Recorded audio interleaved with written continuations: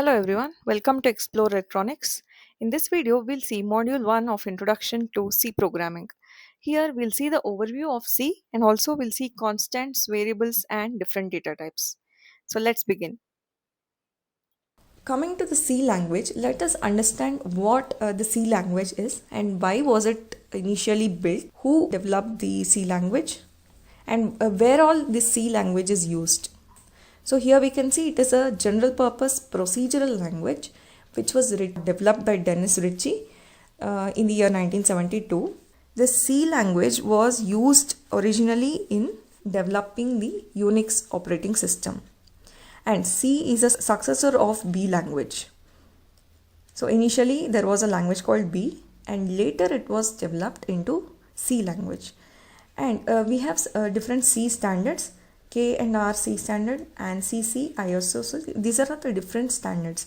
That means they provide certain set of rules that we need to follow when we are writing a C program. So let's see the characteristics of this C programming. It is very easy to learn.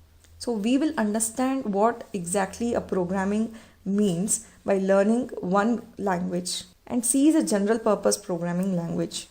And as I told you, it is a structured procedural language. So what does procedural language means?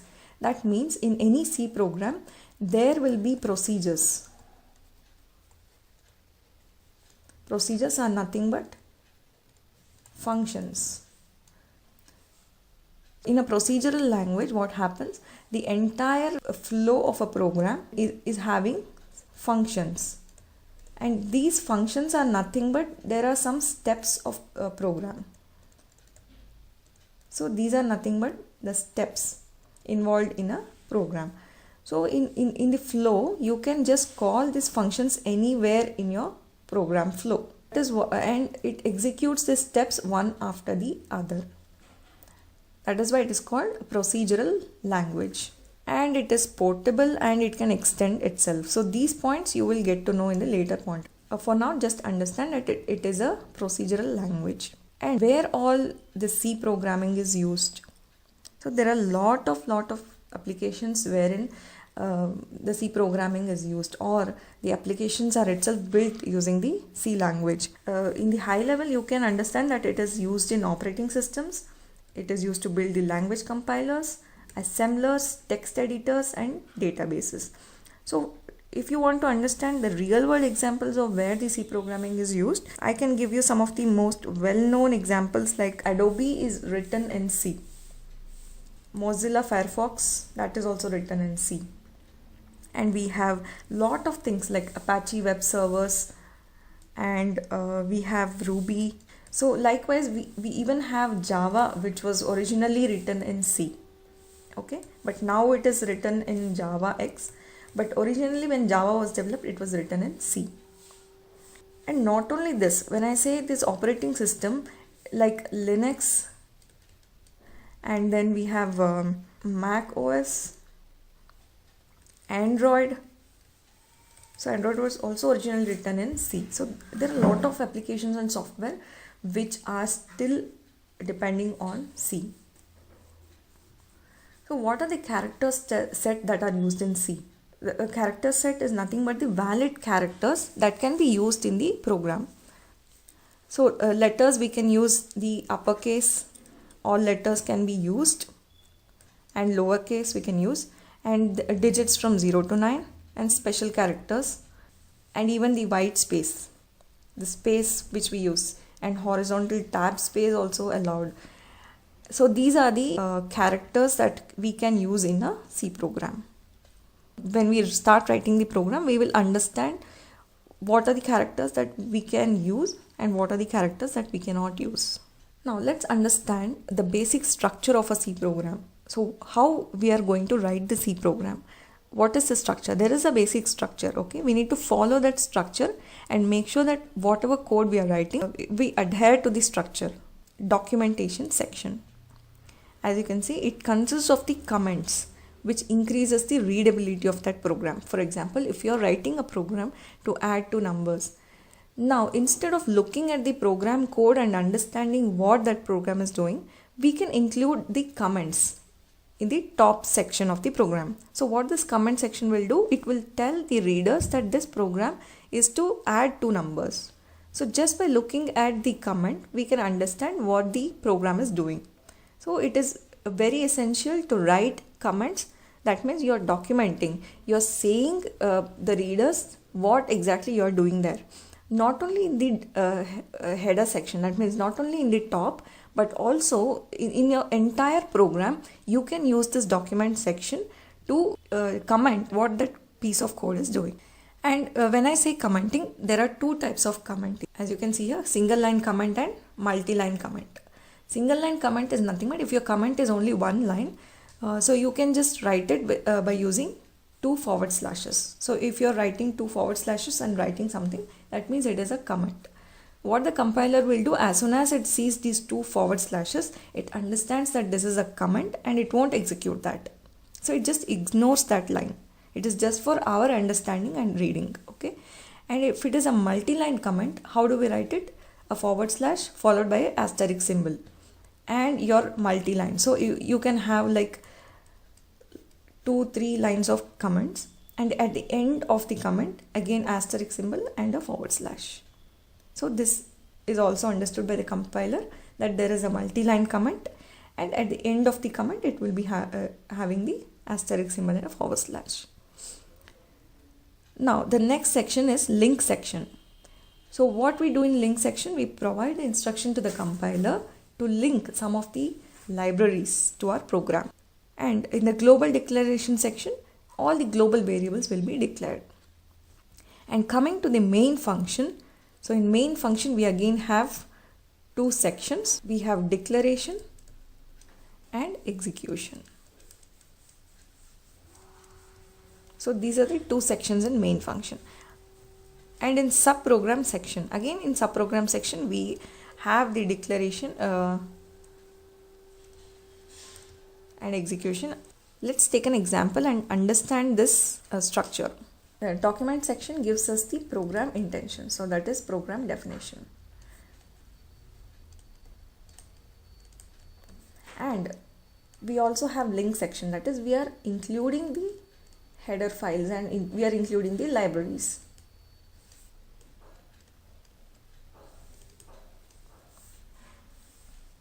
And in definition section, as I told, we need to define the global const, or we need to define the constants.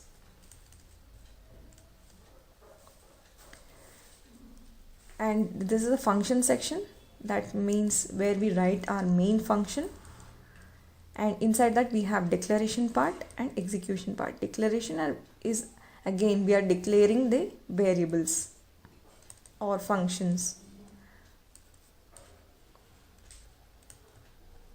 and in executable part we will be defining them. And we have a subprogram section. This is nothing but our functions, or you can call it as procedures or subroutines.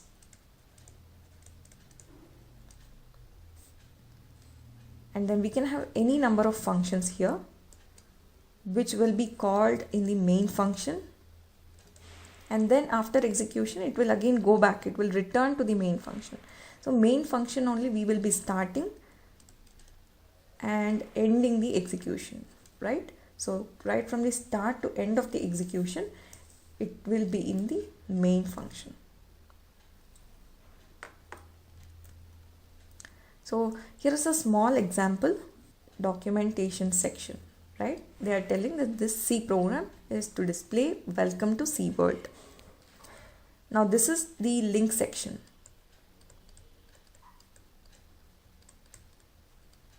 Right? So what does this hash include stdio.h? So this is nothing but, see, hash include is the keyword. This tells the compiler that it needs to include. What it needs to include is what we specify inside this. So this is the standard library that contains all the input and output like you can see in the program there is something called printf and inbuilt system functions. Okay, So the compiler, to link this function from here, we are mentioning that in the link section. So it will go to this particular library and it is going to add all the system functions into this program. We still have many system functions like so printf is one of the examples, and we also have fopen. This is for opening a file, and we have fclosed for closing a file. Likewise, we have lot of functions that we will be using in the program, but they are contained in the standard io.h library. This is a header file that we are including in our program, and this is the main function.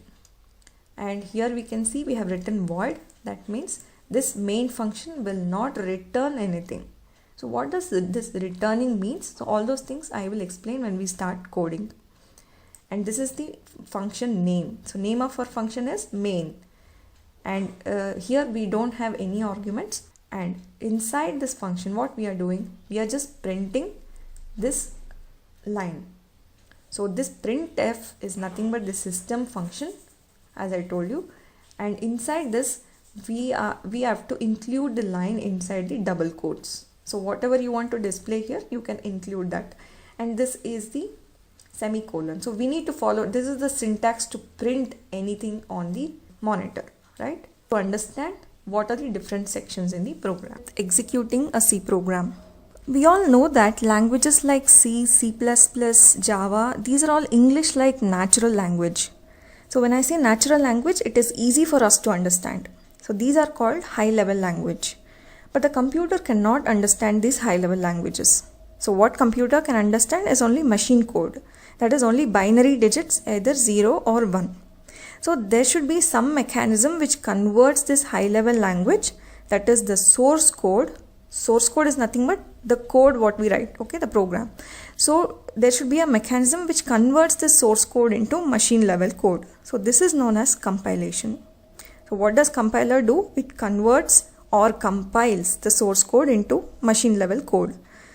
So with this understanding, let's see the steps involved in executing a C program. So as you can see here, the first step is to create a source code. So creating a source code is nothing but writing the C program. Once we write the C program, the first thing what the compiler does is it converts the C program or the source code into machine language. Okay, this is the second step. And once the compiler converts the source code into machine code, now this will be an executable file. Okay, so we can run this exe. That means the computer is now able to understand your C program and it processes the data based on the commands that you have given in the program. Now the final step is the computer generates the results according to the code. So these are the steps involved in executing a program. Let's understand with a small flowchart. First we have a source code which will be given to the compiler. So here it is a C program. Once the compiler compiles your C program, it is going to create an executable file. So what is the compiler output will be? An exe. That is the executable file. This will be in machine language. Once the executable file is ready, we need to run it. After that, we are going to get the result. So this is the basic execution flow of a C program. Now let's move on to tokens. So what are tokens in C language? As you can see, tokens are the most important elements to be used in creating a C program. These are the smallest meaningful elements of a C program. So the compiler understands these elements. Now what are the types of tokens we have in C? We have 5 types of tokens: keywords, identifiers, strings, operators and constants. So we will look into each of them in detail. Now what are keywords? Keywords are nothing but these are the predefined words which are having their own importance and functionality. We cannot use these keywords in defining a variable name or a function name or a constant name. We cannot use these keywords to define anything in the C program. These are predefined and they are reserved for their own functionality. And there are 32 such keywords in C which are as shown in this table. So in this keywords there are data types like int, long and constant, float. So these are all the data types. There are data types and all will be used for writing a condition. For is used to write a loop. So likewise we have all these words which are reserved for specific purpose. Let's take an example and understand how these keywords will be used in the C program. For example, int x is equal to 12. So this int is a keyword, right? And x is the name that we have given for this variable. So instead of x, you cannot use any of these keywords. So keywords are reserved. And this is the value that we are giving. Coming to identifiers. Identifiers are the name that we use to give for a function or a variable or array or string. So this is user defined words and these identifiers should be other than keywords. So we cannot use keywords here. So there are certain rules for setting up these identifiers. So we'll see one by one. The first character should be either an alphabet or underscore. So whenever you are giving some name to a variable, for example, str, for example. So you cannot give string since it is a keyword. So we can give any other names like str, a short form. And you can also start it with an underscore, right? So this is also valid. But it should not begin with numbers. So you cannot use 0 str or 1 str. Anything is not allowed which is starting with a number. And these identifiers are case sensitive. That means str in small and str in capital both are different. So it considers this and this are as different. It should not contain any commas and blank spaces. It should not contain the keywords as I said earlier. And there is a size that is defined. It should not be more than 31 characters. So it should be within this. And also the last point is important. Whatever identifiers, the names that we are giving for the variables, functions or anything, that should be short and meaningful. And it should be easy to understand. So keeping this in mind, we can construct the identifiers. Now let's understand strings. Strings are defined as array of characters. So these are always terminated by a null character. So how does compiler know that it is a string? Whenever a compiler encounters a sequence of characters which are written within the double quotes. So the compiler understands that this is a string and it will append a null character at the end. This is the way that the compiler understands that it is a string and it adds a null character. If null character is found at the end of the string, that means it is a string. How to declare a string? So a string can be declared like this. First we need to mention the data type as char and give a name to that, and this is the size of the string. So this is called as declaration. And suppose we want to initialize it when we declare it. So along with declaration we can also initialize it, or you can initialize it later also after declaring. So this is how we initialize using the equal to operator, and the string whatever you are initializing this variable with should be in double quotes. So there are other ways also to initialize a string. For example, if you are not specifying any size, the compiler will automatically allocate the space or size during runtime. But if you already know what size the string should take, then you can define it. So as you can see here, for this string, the first character will be stored in index 0.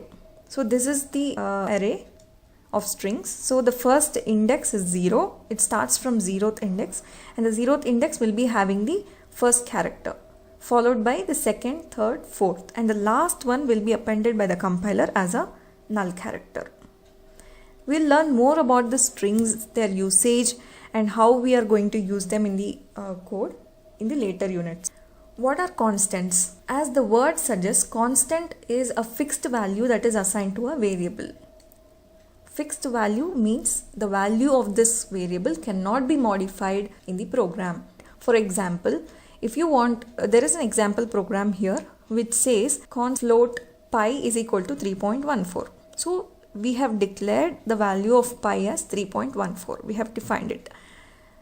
Suppose you are trying to change the value to 4.5. What happens then? The compiler gives an error saying you cannot modify the constant value. So you should use whatever you have assigned the value for pi. The same value can be used in the program but cannot be modified. That is what a constant keyword means.